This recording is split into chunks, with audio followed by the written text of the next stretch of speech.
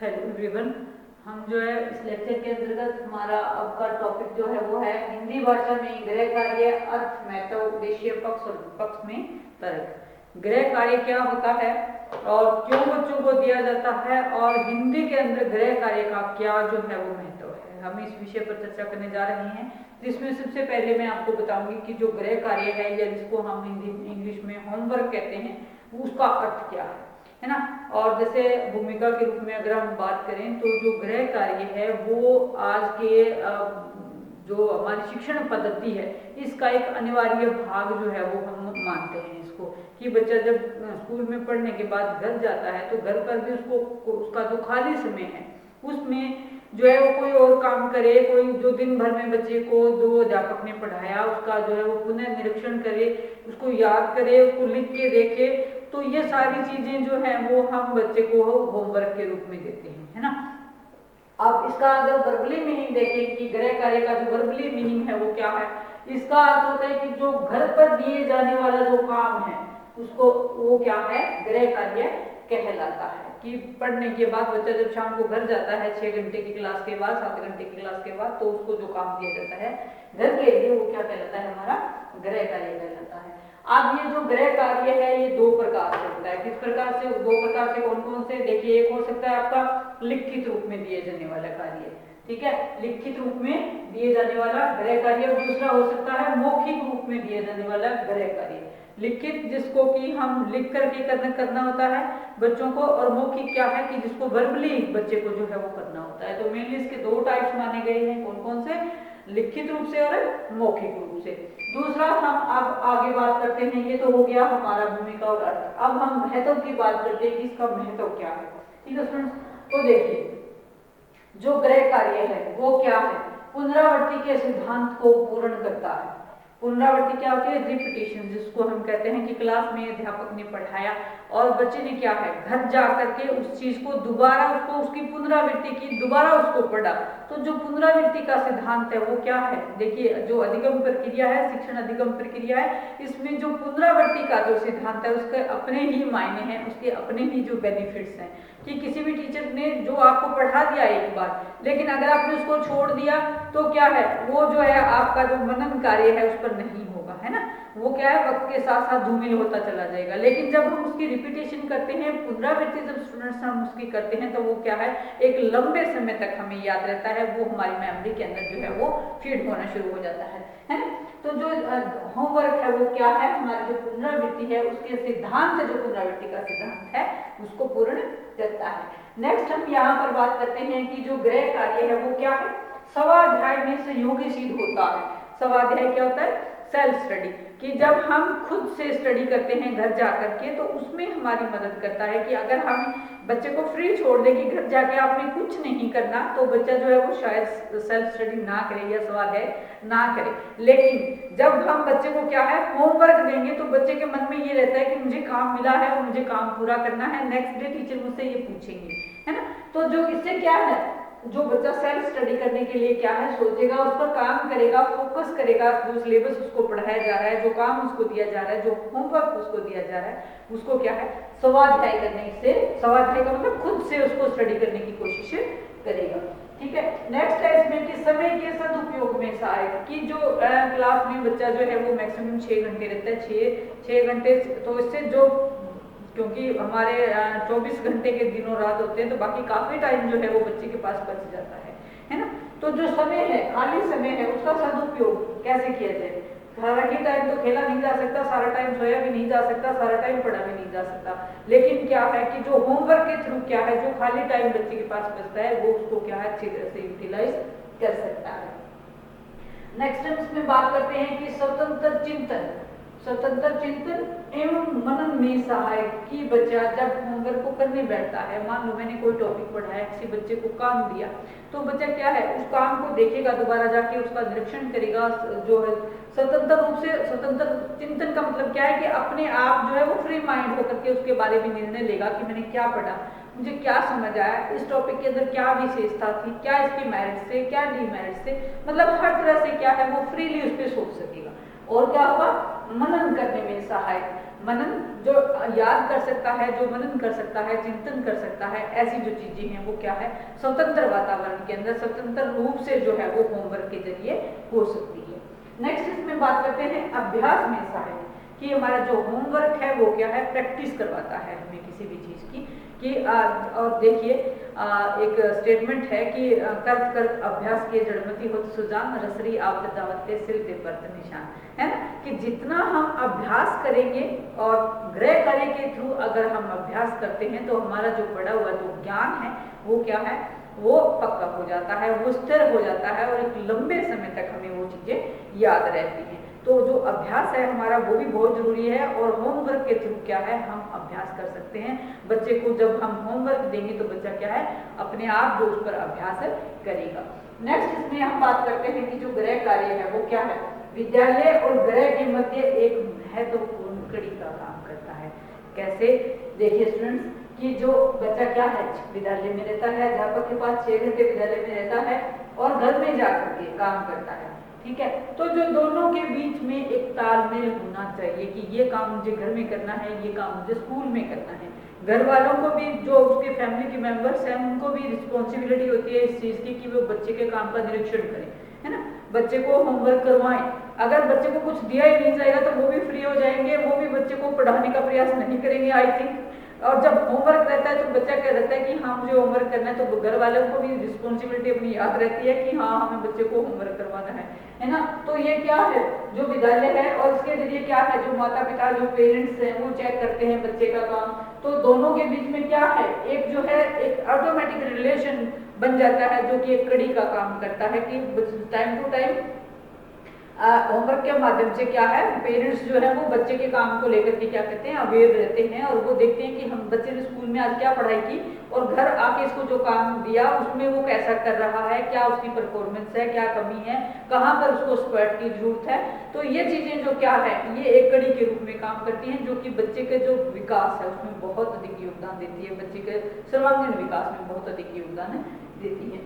Next इसमें हम बात करते हैं कि जो परीक्षण एवं मूल्यांकन में सहायक, कि जो आपका होमवर्क है वो क्या है, आपकी जो टेस्टिंग है उसमें सहायक है और इवैल्यूएशन है उसमें सहायक है। किस प्रकार से, कि देखिए जब बच्चे को होमवर्क दिया जाता है, बच्चा होमवर्क करता है, उसका नेक्स्ट डे टीचर जो है वो उसको चेक करता है, टेस्ट लेता है उसका, या ठीक है, और टेस्ट लेके टेस्ट से क्या, टेस्ट किसके थ्रू होता है, टेस्ट मूल्यांकन के थ्रू होता है। उससे भी पता लगता है कि बच्चा कितना काम करता है, कितना स्टडी करता है, कितना जो है वो कितनी अहमियत स्टडी को देता है ना।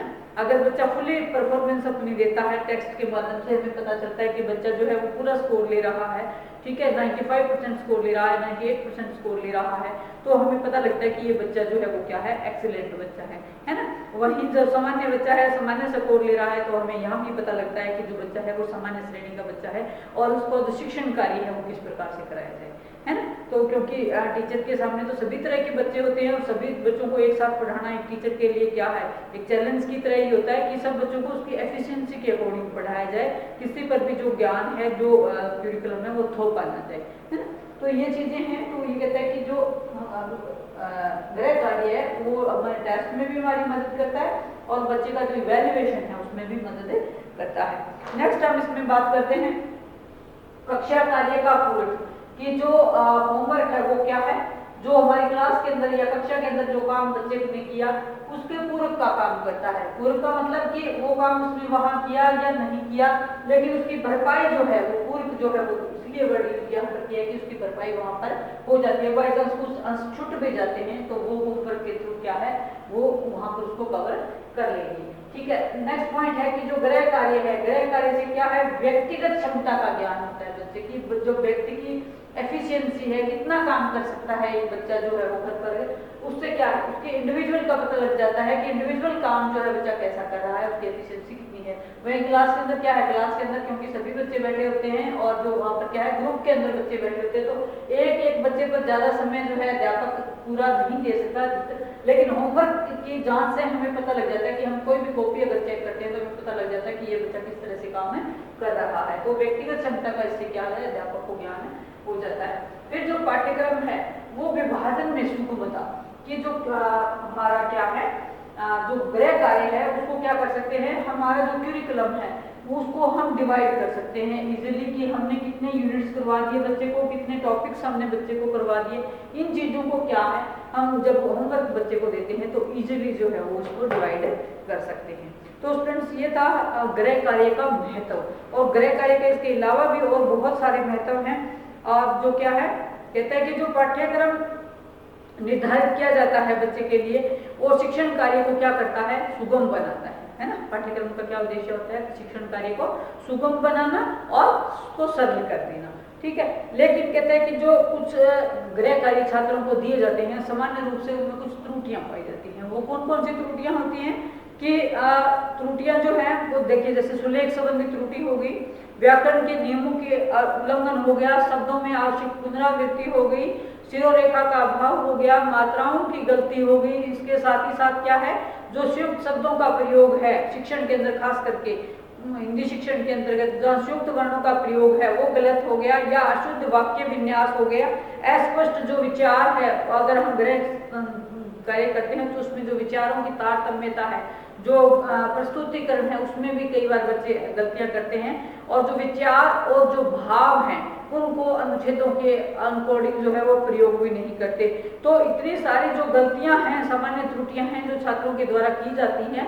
लेकिन जब हम होमवर्क बच्चे को देते हैं तो इन त्रुटियों को क्या है, इन त्रुटियों को एक अध्यापक जो है वो नेक्स्ट डे क्या कर सकता है, इनको पकड़ सकता है, इन कमियों पर जो है वो काम करवा सकता है बच्चों को, इन त्रुटियों को, बच्चों की त्रुटियों को ठीक करवा सकता है ऑब्जर्वेशन के जरिए, ठीक है। फिर जो गृह कार्य की संशोधन प्रक्रिया, टेक्निक्स या विधि कौन कौन सी होती है। अब देखिए स्टूडेंट्स, जो हिंदी गृह कार्य का संशोधन है, ठीक है, वो अध्यापक के लिए बहुत अधिक महत्वपूर्ण है कि बच्चा काम करके स्कूल में लाए, बच्चे को हमने चेक किया कि बच्चे ने कहाँ गलती की, और फीडबैक के द्वारा बच्चे से जो गलतियां हैं, चाहे वो उच्चारण संबंधी हैं, चाहे वो लेखन संबंधी हैं, चाहे वो अन्य कोई भी गलती है बच्चे की, तो उसको क्या है नेक्स्ट डे जो है वो हम उसको रिपीट के माध्यम से भी ठीक करवा सकते हैं, दोबारा उस काम को हम दे सकते हैं, बच्चे को वर्बली समझा सकते हैं, ग्रुप के अंदर बच्चे को दोबारा दिया जा सकता है, इंडिविजुअली बच्चे को दोबारा दिया जा सकता है। तो इन प्रक्रियाओं के द्वारा अध्यापक का ये कर्तव्य है कि वो जो है वो बच्चे को, चाहे वो वर्तनी संबंधी उसके विकार हैं, चाहे जो है वो शैली संबंधी विकार हैं, विषय संबंधी विकार है, सभी प्रकार की जितनी भी अशुद्धियां होती हैं उन अशुद्धियों को दूर करे, और तभी जो है वो गृह कार्य जो है उसकी सार्थकता मानी जाएगी। अदरवाइज काम दे दिया, काम कर लिया, लेकिन अगर कोई उस पर काम नहीं हुआ, दोबारा उसके बच्चे की कमियों को दूर नहीं किया गया, तो उस गृह कार्य का कोई जो सार्थकता नहीं है। गृह कार्य की सार्थकता तभी है जब जो है वो टीचर उसको फीडबैक दे। और कहते हैं कि जब ये समझ जाते हैं कि अध्यापक हमारे गृह कार्य में संशोधन नहीं करता, तो ये भी एक ह्यूमन नेचर है, जो बच्चे है क्या है होमवर्क करना जो है वो बंद भी कर देते हैं। क्योंकि अगर अध्यापक चेक नहीं करेगा तो देखिए इंसान की नेचर क्या है कि इवैल्यूएशन के डर से ही हम काम करते हैं, है ना। तो अगर अध्यापक का कर्तव्य क्या है कि अध्यापक जो है वो चेक समय समय पर करे और अच्छे से उसको चेक करे, और बच्चे को क्या है उसका जो है वो फीडबैक दे, बच्चे से दोबारा उस अशुद्धियों को ठीक करवाए। तो ये इसके अंदर ये था। अब हम बात करते हैं उद्देश्यों की कि गृह कार्य के उद्देश्य कौन कौन से हैं हिंदी शिक्षण के अंतर्गत, खास करके हम बात करते हैं। तो देखिए पहला उद्देश्य क्या है, पढ़ाया गया जो पाठ है बच्चे का उसका अभ्यास कराना। मिलते जुलते ही उद्देश्य रहेंगे महत्वपूर्ण के जैसे ही कि जो बच्चा है उसको क्या है अभ्यास कराना, पढ़ाए हुए पाठ का अभ्यास कराना। फिर जो बच्चे का समय है, उस अवकाश के जो क्षण है उस समय का क्या है सदुपयोग करना हमारा उद्देश्य रहता है गृह कार्य का। उसके बाद क्या है कि जो बच्चे के लिखित अभिव्यक्ति है उसको बढ़ावा देना, बच्चे की मौखिक अभिव्यक्ति को बढ़ावा देना, क्योंकि बच्चे को लेखन कार्य जब हम घर पर देंगे तो उससे क्या है उसका जो लेखन कौशल है उसमें सुधार होगा। बच्चा अभ्यास करेगा, बच्चा प्रैक्टिस करेगा, बच्चा समय पर काम करने की जो आदत है उसकी वो डालेगा, अपने व्यवहार में परिवर्तन करेगा। साथ ही साथ उससे क्या है उसके जो व्यक्तित्व का जो निर्माण है वो होना स्टार्ट हो जाएगा, और जो समय है उसका सदुपयोग करेगा। और साथ ही साथ क्या है जो बच्चे की कल्पना शक्ति है जो कि उच्च शिक्षण के लिए जरूरी है, मनन शक्ति है, जो स्वतंत्र चिंतन है, इस प्रकार के जो कंसेप्ट्स हैं वो डेवलप होंगे बच्चे के अंतर्गत, ठीक है। और अभी कहते हैं कि जो मुख्य जो दो उद्देश्य हैं उनको जो दो उद्देश्य मान लो, या ये जितने भी उद्देश्य जैसे मैंने आपको बताया कि अगर क्या है इनका जो शिक्षण है हिंदी शिक्षण तक केवल सीमित नहीं है, बल्कि अन्य विषयों के अंतर्गत भी जो है हम इन चीज़ों पर ध्यान दे सकते हैं और अन्य सभी विषयों के साथ भी इनका संबंध माना जाता है। अब जो बात आती है कि जो होमवर्क है वो दिया जाना चाहिए या नहीं दिया जाना चाहिए, इसके पक्ष में हमारे क्या सुझाव हो सकते हैं और विपक्ष में हमारे क्या सुझाव हो सकते हैं। अब देखिए, गृह कार्य के पक्ष की अगर हम बात करें तो जो क्या है, एक तो सबसे पहले हम थोड़ा सा डिस्कस कर लेते हैं कि गृह कार्य का स्वरूप कैसा होना चाहिए, कितनी मात्रा में बच्चे को दिया जाना चाहिए, ये हम तय करें। और दूसरा क्या है, गृह कार्य जो है वो बहुत ज़्यादा कठिन नहीं होना चाहिए, क्योंकि अगर कठिन कार्य होगा तो बच्चा उसको नहीं कर पाएगा और ऊब करके या थकानवश या किसी परेशानीवश उस काम से क्या है वो अपने आप को दूर करने की कोशिश करेगा। तो गृह कार्य उचित मात्रा में दिया जाना चाहिए और जो गृह कार्य है वो क्या है, कठिन अधिक नहीं होना चाहिए। और क्या है, जो गृह कार्य हम बच्चे को दें उसमें विविधता होनी चाहिए, है ना, कि अगर एक ही एक तरह का काम रोज रोज बच्चे को दिया जाता है तो बच्चा क्या है उस चीज से बोर हो जाता है ना। तो उसमें क्या है, विविधता भी होनी चाहिए, लचीलापन भी होना चाहिए और रचनात्मकता का समावेश होना चाहिए। और साथ ही साथ क्या है, गृह कार्य जो है वो प्रेरक होना चाहिए कि बच्चा जो है उससे प्रेरित हो काम करने के लिए, जो है वो खुद ही आगे आए और उससे कुछ प्रेरणा मिले बच्चे को आगे बढ़ने की, काम करने की। ठीक है, तो ये इसका स्वरूप था। पक्ष की अगर हम बात करें तो देखिए, बच्चे को गृह कार्य देना जो है वो जरूरी है, क्योंकि इससे क्या है, हम सभी जानते हैं कि इससे बच्चे को जो है वो प्रैक्टिस करता है। पहली बात तो ये है। और ये क्या है, जो अधिकांश बालक है वो अगर उसको क्या है कि जो वक्त भी, जो खाली समय वक्त बिताना है उसके लिए उचित वातावरण भी चाहिए होता है पढ़ने के लिए, है ना। तो अगर कई बार वातावरण अगर हमारा सही नहीं है तो जो क्या है, होमवर्क जो है वो नहीं हो पाता है सही से, है ना। तो वहाँ पर उन बच्चों को दिक्कत आती है। तो बच्चे को क्या है, तो जो है वो हमारे घर का वातावरण कैसा होना चाहिए, ऐसा होना चाहिए जिसमें बच्चा जो है वो अध्ययन कार्य कर सके, है ना। अब विरोध में, गृह कार्य के ना विरोध में भी कई बार तर्क आते हैं। देखिए कैसे आते हैं कि कहते हैं कि जो बालकों को गृह कार्य देने से क्या है, बच्चे पर अनावश्यक रूप से बोझ पड़ता है। ऐसा भी तर्क आता है कि बच्चा भी एक स्कूल में थक के आता है, 6 घंटे काम करके आता है, आके बच्चे के खेलने का समय होता है, लेकिन अगर बच्चे को कोई दबाव रहता है होमवर्क का तो इससे क्या है, बच्चे का जो व्यक्तित्व है वो दब जाता है और बच्चा जो है वो खेल नहीं पाता या बच्चा अन्य घर के कार्य में योगदान नहीं दे सकता। इसी प्रकार से क्या है, जब अगर बच्चा किसी कारणवश काम नहीं कर पाता है तो जो अध्यापक है वो बच्चे के साथ जो है वो कठोर व्यवहार करते हैं, दंडपूर्ण व्यवहार करते हैं। तो ये जो चीजें हैं ये बच्चे के लिए क्या है, बच्चे को झूठ बोलने के लिए मजबूर करेंगी, बच्चे को जो क्या है, एक अनावश्यक दबाव जो है जिसको हम कहते हैं वो बच्चे पर बनाएंगे। इस तरह के स्टेटमेंट्स आते हैं। और कहते हैं कि जो शिक्षक की क्रोध और दंड से बचने के लिए कई विद्यार्थी क्या है, काम को जो है वो सिर्फ एक बोझ मान लेते हैं कि हमें ये काम करना ही है, नहीं तो अध्यापक हमें डांटेगा, है ना। तो इस भाव से जब वो काम करते हैं तो उनकी जो रुचियां हैं अध्ययन में वो खत्म हो जाती हैं। इस प्रकार की स्टेटमेंट्स आती हैं कई बार। फिर कहते हैं कि जो शिक्षा का उद्देश्य है विद्यार्थियों का सर्वांगीण विकास करना है और गृह कार्य अगर बच्चे को दे दिया जाता है तो उनका जो काम है वो क्या है, बोझिल हो जाता है ना। तो इससे क्या हुआ कि बच्चा जो है वो घर के छोटे मोटे कार्य को नहीं कर पाएगा। लेकिन अगर हम पक्ष की बात करें गृह कार्य के, तो ये सब तो देखिए चलता ही रहता है सारी, लेकिन फिर भी क्या है, गृह कार्य को प्रभावपूर्ण और सार्थक बना सकते हैं हम। इसके लिए कुछ उपाय भी कर सकते हैं हम। क्या उपाय कर सकते हैं, देखिए स्टूडेंट्स, कि जो गृह कार्य है वो क्या होना चाहिए, ये जो गृह कार्य है ये शिक्षक की सूझबूझ पर ही डिपेंड करता है। जो शिक्षक कितना पारदर्शी है उस हिसाब से जो है वो गृह कार्य का निर्धारण होता है। अब गृह कार्य को क्या करना चाहिए, गृह कार्य को हमेशा ही रुचिकर बनाएं, सार्थक बनाएं, उपयोगी बनाएं और उसमें क्या है, गुणात्मकता लेकर के आए, चिंतनशील और प्राणी व्यक्ति जो है वो बने, बच्चा चिंतनशील बने, रोज उसमें रचनात्मकता की गुण डेवलप हो, है ना। इस प्रकार जो है कुछ बातों पर हमें ध्यान देना होगा इसके लिए। और क्या है, गृह कार्य जो है बच्चे को उचित मात्रा में दें, उसे इस तरीके से हम दें कि सरल रूप से बच्चा जो है वो सरल, अगर हम होमवर्क उसको देते हैं तो बच्चा क्या है, जल्दी उसका हमको कर भी लेगा, उसको थकान भी कम होगी और उसका इंटरेस्ट भी बना रहेगा। वहीं क्या है, जो सारी कक्षा है हमें उसको सेम जो है वो देखिए इंडिविजुअल डिफरेंसेस की रहते हैं हर जगह, तो हमें बच्चे के सामर्थ्य के अकॉर्डिंग ये होमवर्क देना देना चाहिए, ना कि बच्चे के ऊपर क्या है अनावश्यक रूप से दबाव हम बनाए। फिर है जो गृह कार्य है, इससे छात्रों में स्वतंत्र रूप से या मिलजुल के काम करने की भावना का विकास होता है ना।